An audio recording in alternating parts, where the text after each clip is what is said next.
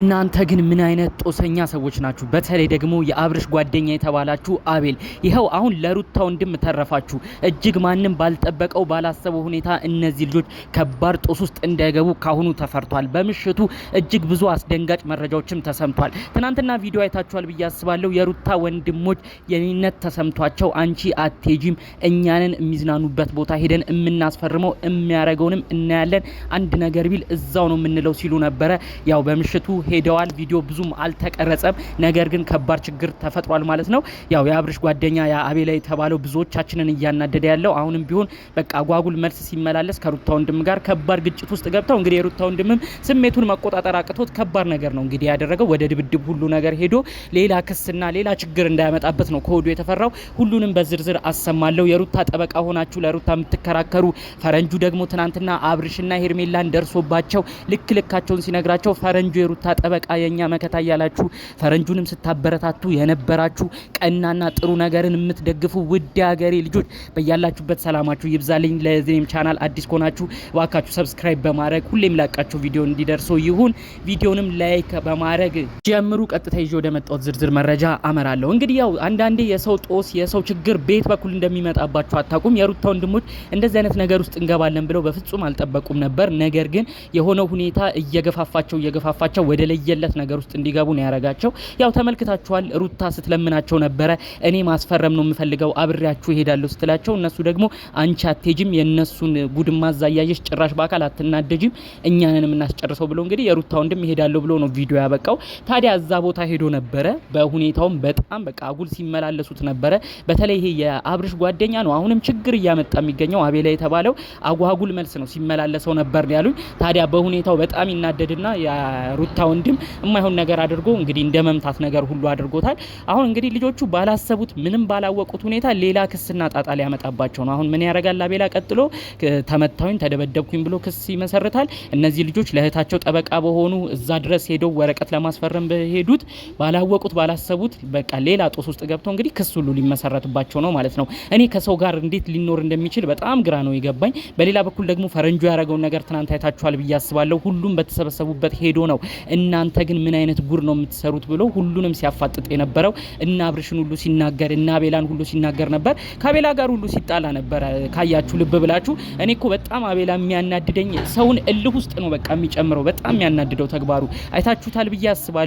ልብ ብላችሁ ትናንትና ራሱ ምንድን ሲያደርግ እንደነበረ ፈረንጁ ጋር ራሱ በዘበኛ በጥበቃ አስወጩ ልጁን ስልክ ደዊ ሄርሜላ እያለ ሁሉ ሄርሜላን ሲገፋፋት ነበረ። ተመልከቱ እንግዲህ በዚህ ጸባዩ በዚህ እንግዲህ መመላለሱ የሩታ ወንድሞችም ሲመጡ እንደዚህ አይነት ነገር ሲመላለስ ምን ሊፈጠር እንደሚችል አስቡ። ያው የሩታ ወንድም ደግሞ ድሮም ከፍቷቸዋል። እህታቸው እየተበደለች ነው፣ ብዙ ነገር ችለዋል።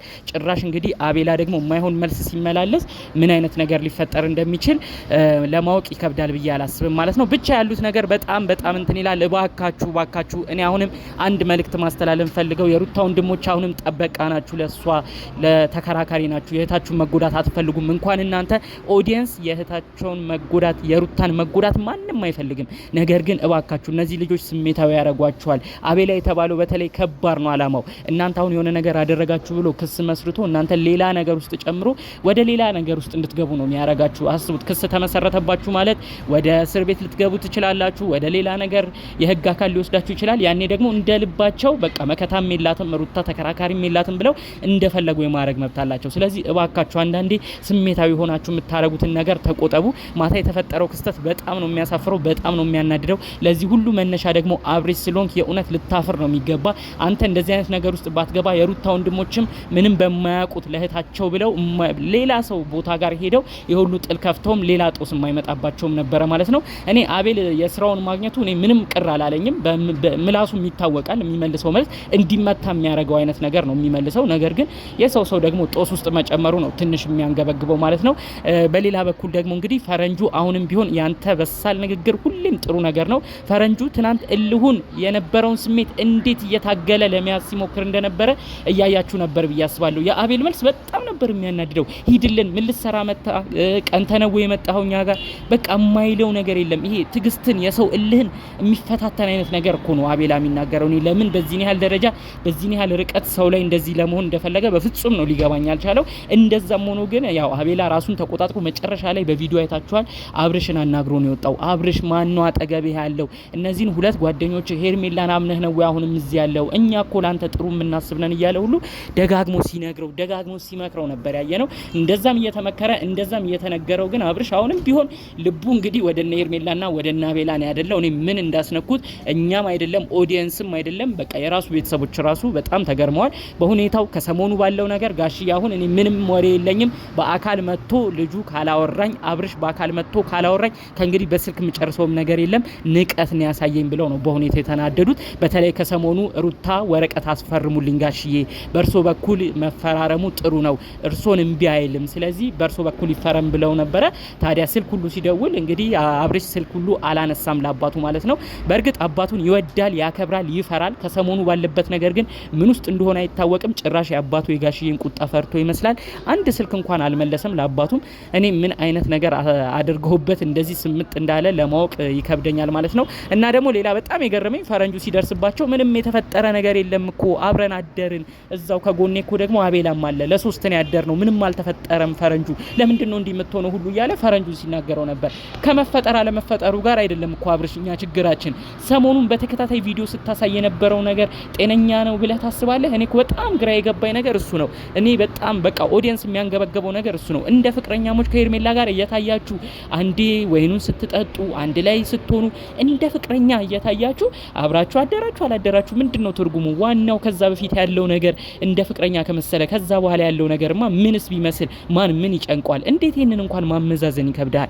የእውነት አብርሽ እኔ አንዳንዴ የምትሰራው ስራና የምታስበው ነገር ምንና ምን እንደሆነ እኔ ግራ የገባው ነገር ነው። እኔ በጣም ነው ግራ የገባኝ። እንደው እንደኔ ግራ የተጋባችሁ ካላችሁ እስቲ በኮሜንት አሳውቁኝ።